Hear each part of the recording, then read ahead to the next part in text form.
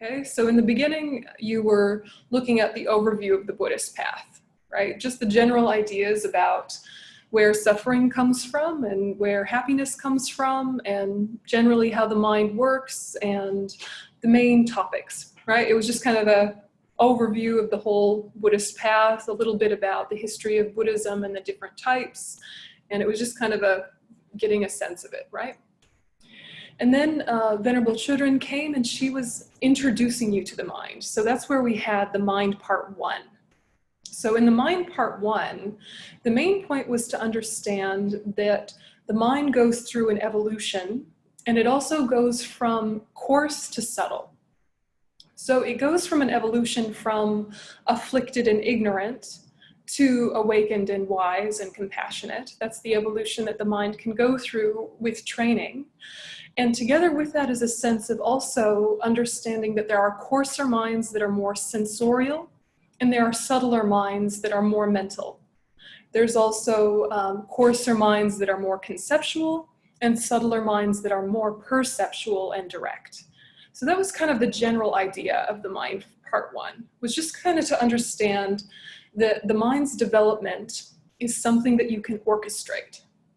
Right? The mind's development isn't something that just happens by chance. It's something that you can take the reins of and make happen. And in order to do that, it really helps to understand the mechanisms of the mind. So that was the mind part 1. And one of the more advanced topics within that, which you probably only spent a couple days on, were the 7 types of awareness.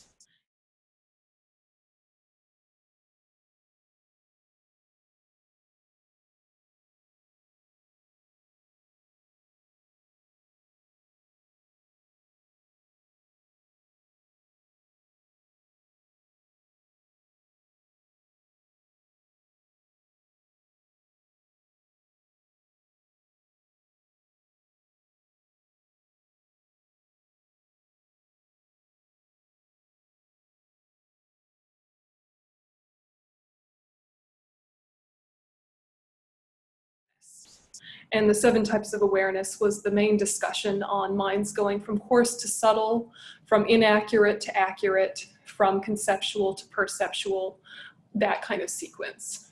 So the 7 types of awareness, or low-rig minds and awareness, that's the stuff that was more complicated. What was more directly accessible is that the mind is clear and knowing, that the stains are adventitious. Right? The mind is by nature clear and knowing. All of the mistakes, all of the bad habits, all of the suffering are additional. They're not intrinsically one with the mind. They're just with it right now, the way mud and water would mix, but they can be separated. All right, does that sort of ring some bells? The mind part 1 was generally those things, yeah. Then the mind part 2, with Venerable Sangye Kadro, you were looking at minds and mental factors.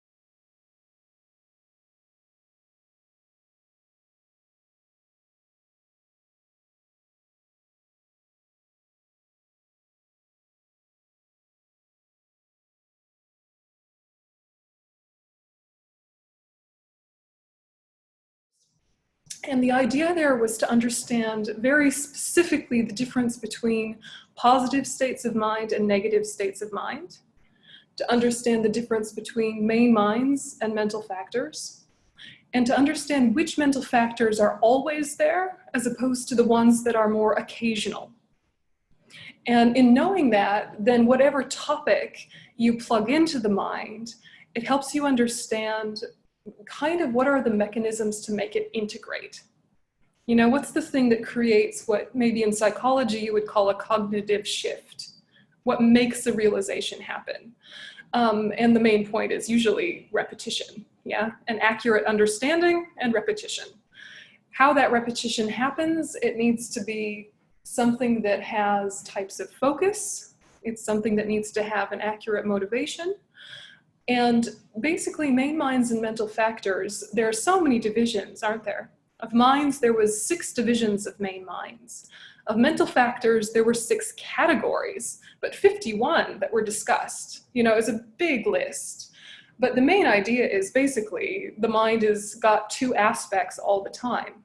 The aspect that is kind of clarity, awareness, reflective, spacious, the aspect that is moving, the aspect that is judging and deciding, the aspect that is feeling, right? So sky, clouds, yeah, minds, mental factors. So to say that something is a mental factor doesn't mean that it's necessarily negative, but for us, all of our even positive states of mind are colored by ignorance. Yeah. So the mind part 2 was minds and mental factors in a nutshell, and looking at the difference between main minds and mental factors, the difference between positive states of mind and negative states of mind, how to increase one and diminish the other. Is that ringing bells? It's the main point, yeah. Okay. And so then we move now to the mind part 3, and the mind part 3 is about Buddha nature, which is the mind's potential for transformation from another perspective. So before it was like the mind's transformation, how and why. Now it's like the mind's transformation, what is reality anyway? What are the levels of truth? What is the meaning and purpose of life? And what is my role within engaging with that? You know, it becomes a bit more spacious, it becomes a bit more abstract, but the main framework is very simple. The main framework is understanding basis, path, and result.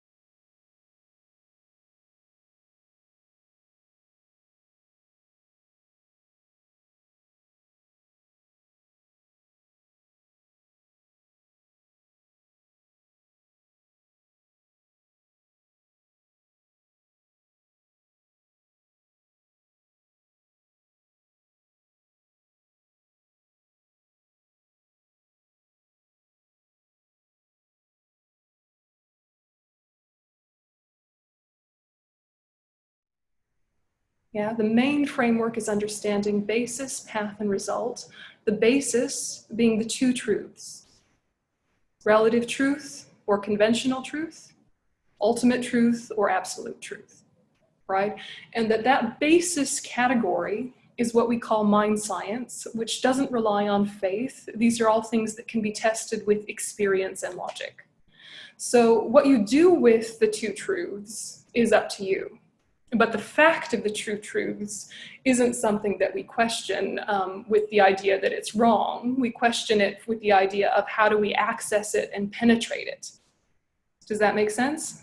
So the fact that there is a relative reality that is conventional and worldly, and the fact that all things have an ultimate reality, is something that is an invitation to explore, less an invitation to say, is that even true or not? Although, of course, we need to do that for a while.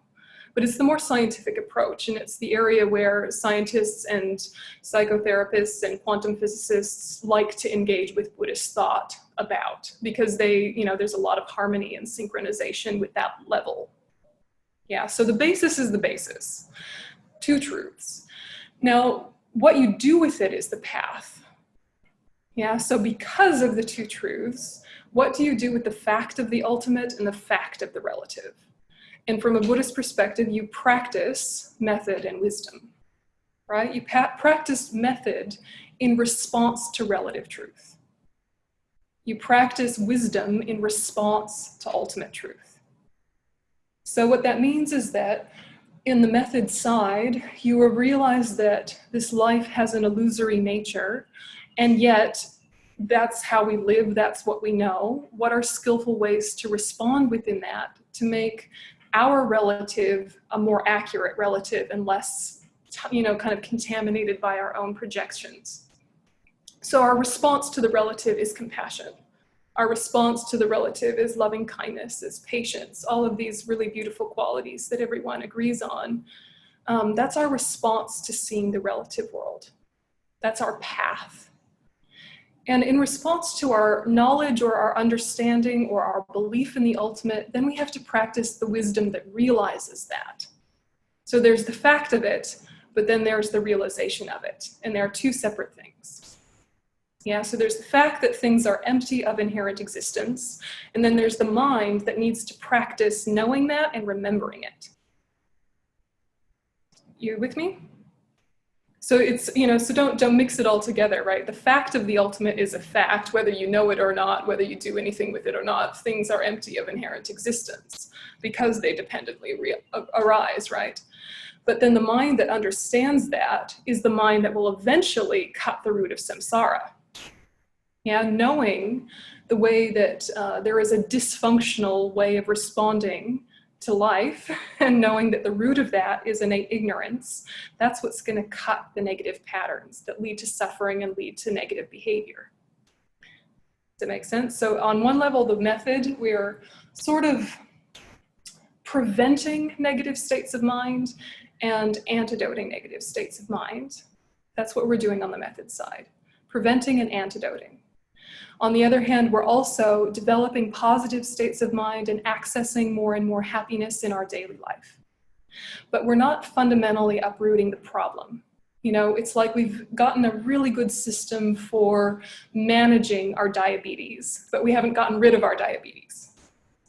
So say you were diagnosed with diabetes, right? Sugar sickness. The doctor tells you have diabetes, you change your diet, right? You try to exercise differently, you do different things, and then you live as if you don't have it in a way, because sometimes your symptoms can be so settled, it's as if you no longer have the disease. But if for one day you forgot that you had diabetes and ate the wrong things and did the wrong things, you would immediately have a diabetic response, right? And you would crash. So this is how we are, yeah? We have diabetes, or we have innate grasping itself, and we can get on top of it and manage the symptoms of it just fine using methods in the relative level. Absolutely. But if we forget, immediately suffering, immediately negative states of mind, they just pop right up because we haven't actually cured ourselves. So the ultimate, and then the wisdom recognizing the ultimate, this is how we get to the cure so that we're not sick anymore. Okay, so you have the path, method, and wisdom, which leads to the result, right? What is the result? The result is Buddhahood. What is Buddhahood? Buddhahood, enlightenment, is the result of the path. Yeah, it's not coming out of nowhere. It's the process your mind has undergone. So the two results are the two Buddha bodies. The method body, right? The body that came from method, those are your form bodies. Yeah, the result of having known about ultimate truth and practiced that knowledge are your truth bodies or your dharmakayas. Yeah, so when we say the results are the two Buddha bodies, we're just using the simple division of form bodies and truth bodies. But we can subdivide those each. Yeah, and that's where I think a lot of folks were getting lost and confused, was the subdividing of the subdividing of the subdividing of the Buddha bodies. All of it is Buddhahood, enlightenment, the result of having practiced. What we're talking about is, once you've practiced, what are you like? What can you do? How are you? How are you internally? How are you externally? Is there even such a thing as internal and external anymore? What is a Buddha like? Yeah, and so instead of just saying, isn't it wonderful to think of enlightenment in a Buddha who is omniscient and compassionate and has all these abilities, isn't that lovely? We frame it in terms of, it is lovely, but it's a direct result of something. It's a direct result of a mind that practices. That's what a mind that practices turns into. Does it make sense? So a mind that practices method turns into form bodies for advanced practitioners and for ordinary practitioners, right? It turns into form bodies that are able to reach those who already have some realizations. That's the Sambhogakaya. then it's also able to manifest as anything for the sake of us ordinary people. And our ordinary level of realization is so small that the Buddha has to work with our karma and manifest in ways that might seem imperfect or ordinary or not even a human. It might have to manifest as a book or a bridge or a gust of wind or a piece of poetry, but something that stimulates the mind into evolution. So these two form bodies are what we need to benefit others. And you can't have form bodies without having truth bodies. And that those two dharmakayas are for the release of your own suffering, the release of your own negative states of mind, the release out of your own contaminated thoughts. Yeah. So the two dharmakayas, one is the result of the naturally present Buddha nature, the swabhavika kaya, the nature truth body. That just arrives as the result of the fact that your mind has always been empty of inherent existence, and that's been naturally present, but it hasn't functioned as a fully formed Buddha body until the other three are complete. The other piece of the Dharma body is the Jnana Dharmakaya, the wisdom truth body, and that's the result of having realized emptiness. So there's the fact of the mind's emptiness, and then there's the realization of the mind's emptiness, and those result in the two Buddha bodies, which are for your own sake and for your own welfare, the release of your own suffering. We have to always remember that conventional truth, relative truth, is by nature deceptive. And the biggest deception is the illusion of our own separateness. So it's not that we're one, but we are completely connected. Yeah, we're completely connected. So the illusion in the relative is that we're these separate, unrelated beings. So to combat that illusion of separateness, we need to actively open the heart to connect to others. You know, we need empathy and sympathy and then compassion and loving kindness and bodhicitta in order to kind of free up or reveal the pathways between us so that we respond in a way that is healthy for the whole system, rather than what seems to be necessary from the perspective of the relative, which is to just work on the health of this one area here.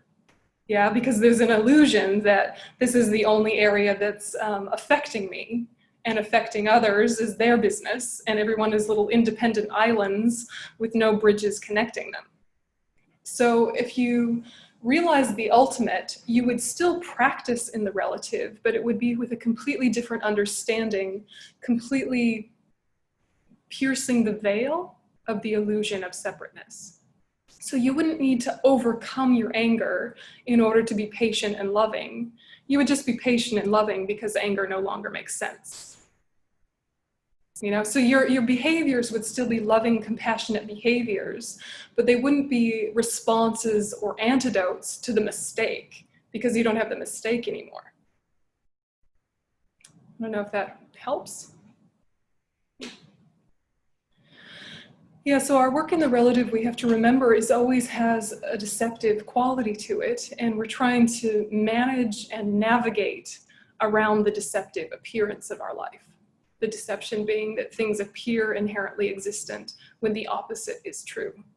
And right now we just need to navigate around that the best we can, whether it's dispelling our afflictions, or it's going around our afflictions, or it's preventing our afflictions, or it's transforming our afflictions.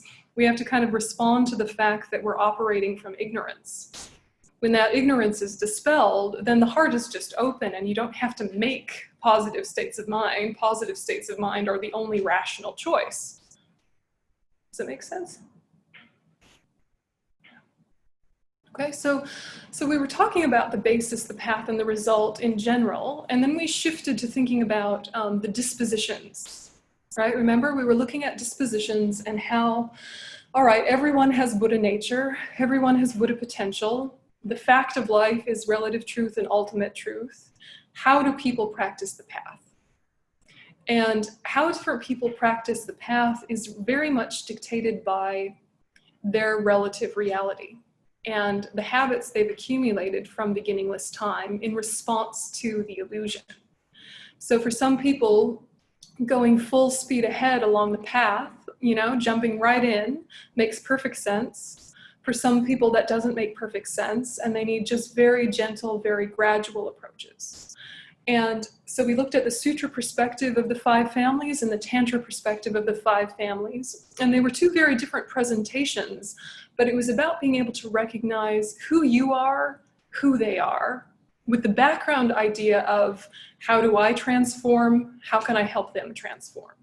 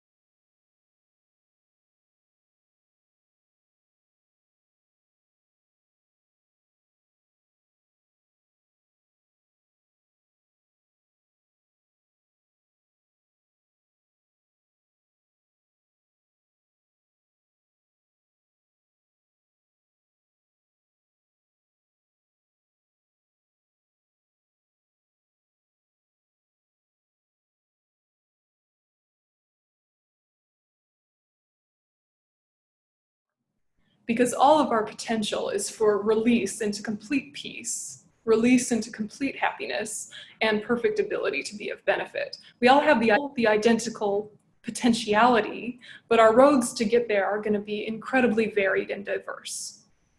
Yeah, so we need to recognize that.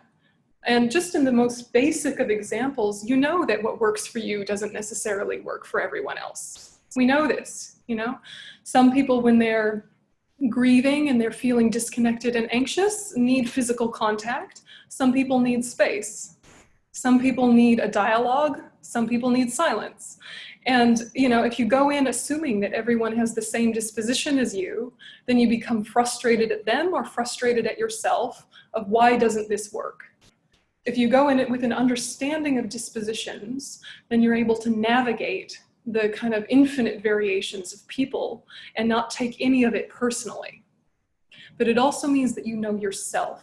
So you're not beating your head against the wall trying to do techniques that you're not ready for, or hitting your head against the wall doing techniques you learned long ago but feeling like you need to be there just because that's what people say. Do you understand? So we had this whole discussion of dispositions. So this, despite the fact of people's equality in terms of their Buddha potential, there's infinite variation in people's responses to the illusion of inherent existence. How people have responded to that is really very varied. Yeah. So we looked at dispositions, and then we shifted to looking at what awakens a disposition and helps evolve a disposition. And we moved into the conversation of what is a teacher and what is a student. How are we as a teacher? How are we as a student? Even if we don't frame our life in that way, even if we're not a Buddhist teacher or a Buddhist student per se, what does it mean to be in the mentor role? What does it mean to be in the mentee role? What are the criterias for each? What makes those functional or dysfunctional? Because the main idea is that we need interaction in order to develop.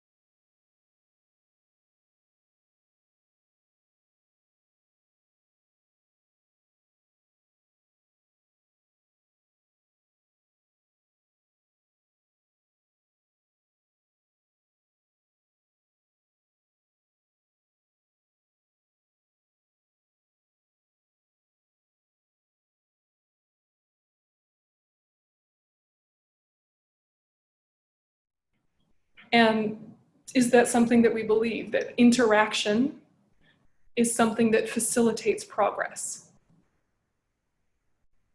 And then the question becomes interaction with what? You know, interaction with who? And is what we're interacting with as external as it started in the beginning? What we were interacting with for our own development was maybe ideas and a person who represented those ideas. And then as we become more developed and integrated, it becomes more an inner conversation between our afflictions and our wisdom. Hopefully the wisdom is having more and more power over time. But it started as a relationship. Yeah. So these are the processes that we were going through. And now recently we've been talking about then the meditations that help bring forward our potential, access it, touch it, and then how do we develop it having touched it? Yeah, so that's where we are now, is the meditations that help bring that to light, help us connect with it, and then go on to develop it. Do you feel oriented?